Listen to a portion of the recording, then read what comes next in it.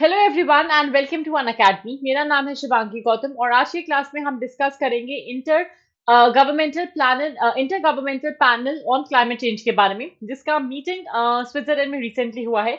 ये जो six summit हुआ था आईपीसीसी का, क्या था ये? डब्ल्यूएचओ यूएनईपी किस तरीके से एक कंसोलिडेटेड एफर्ट कर रहे हैं क्लाइमेट चेंज को मिटिगेट करने के लिए, कॉम्बैट करने के लिए? कहाँ पे कौन से मेजर लोग आए, सिक्स असेसमेंट रिपोर्ट में क्या क्या बोला गया? आज की क्लास में इन सारी की सारी चीजों पे हम डिस्कशन करेंगे। तो आईपीसीसी का ये जो मीटिंग हुआ था, ये फाइनल कंपोनेंट या जो सिक्स असेसमेंट रिपोर्ट है, उसके फाइनल कंपोनेंट को अप्रूव करने के लिए किया गया था, जहां पे आईपीसीसी मिला स्विट्जरलैंड में, और इसी हफ्ते उन्होंने फाइनलाइज करी अपनी लास्ट रिपोर्ट को, जिसको हम सिंथेसिस रिपोर्ट के नाम से या सिक्स असेसमेंट साइकिल के नाम से जानते हैं।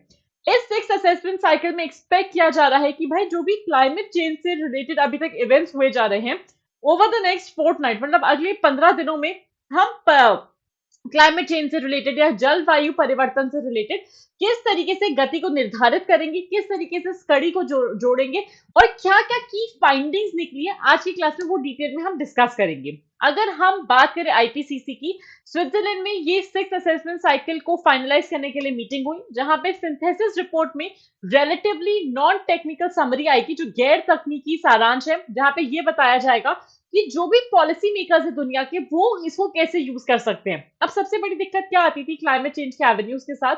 भाई जो भी पॉलिसी मेकर्स है, they are not very good with technology, technocrats नहीं होते हैं कई दफा, they are not very well versed with a particular subject, तो साइंटिफिक स्टडी को, किसी भी टेक्निकल स्टडी को डेसिफर नहीं कर पाते हैं। As a result of that, largely जितने भी पॉलिसी मेकर्स है, उनके लिए एक गैर तकनीकी सारांश उनको दिया जाएगा, जहां पे ये रिपोर्ट एड्रेस करेगी किस तरीके से a wide range of policy relevant scientific questions, जो कि क्लाइमेट चेंज से रिलेटेड है, और एक नॉन प्रिस्क्रिप्टिव मैनर में उनको बताया जाएगा।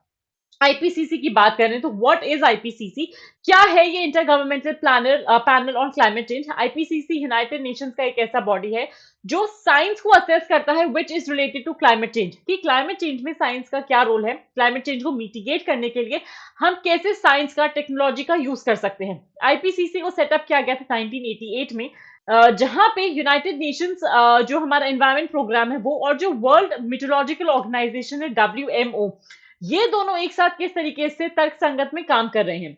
मेन एक्टिविटी की अगर हम बात करेंगे, ये प्रिपेयर करता है असेसमेंट रिपोर्ट्स को, जो भी हमारे स्पेशल रिपोर्ट्स आते हैं, मेथोडोलॉजी रिपोर्ट्स आते हैं, असेस करता है स्टेट ऑफ नॉलेज को फॉर द क्लाइमेट चेंज। अगर हम कभी भी बात करें यहाँ पे, जैसे डब्ल्यूएचओ जैसे ऑर्गेनाइजेशंस कहाँ क्या हेल्प दे सकते हैं, कि क्या क्लाइमेट चेंज की वजह से कोई पैंडेमिक आ सकता है, या किसी पर्टिकुलर स्पीशीज पे कुछ भी असर पड़ सकता है।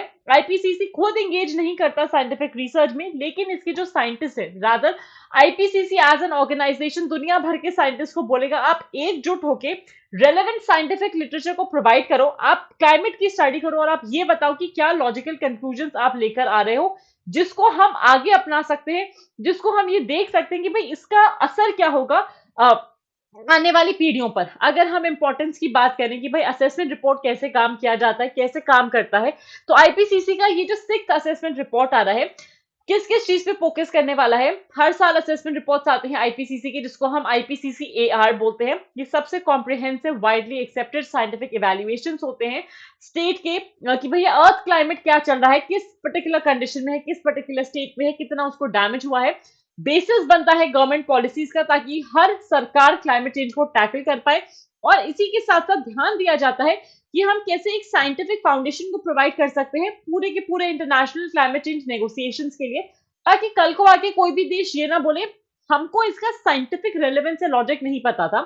छह असेसमेंट रिपोर्ट्स अभी तक पब्लिश हो गए हैं, जो छठा रिपोर्ट है वो 3 पार्ट्स में आएगा। AR6 की अगर हम बात करें, अभी तक क्या क्या पब्लिश हो गया है as a part of six assessment cycle, अगर हम बात करें, 3 कॉम्प्रिहेंसिव रिपोर्ट्स को पब्लिश किया गया है। पहला था साइंटिफिक एविडेंस में क्लाइमेटिक चेंज के लिए, बाकी 2 थे इम्पैक्ट वल्नरेबिलिटीज के लिए, तीसरा था जो एक्सप्लोर किया गया था जो क्या क्या मिटिगेशन ऑप्शंस अवेलेबल है with respect to the climate system and the climate cycle. इसी के साथ साथ स्पेशल रिपोर्ट्स आए फीजिबिलिटी पे, जहां पे हम ग्लोबल टेम्परेचर्स को with in 1.5 degree Celsius limit तक कैसे रोक सकते हैं। कनेक्शंस क्या क्या है लैंड वाटर, लैंड ओशन या क्रायोस्फीयर इकोसिस्टम के, इसको रिलीज किया गया। क्रायोस्फीयर अगेन इंपॉर्टेंट क्यों है?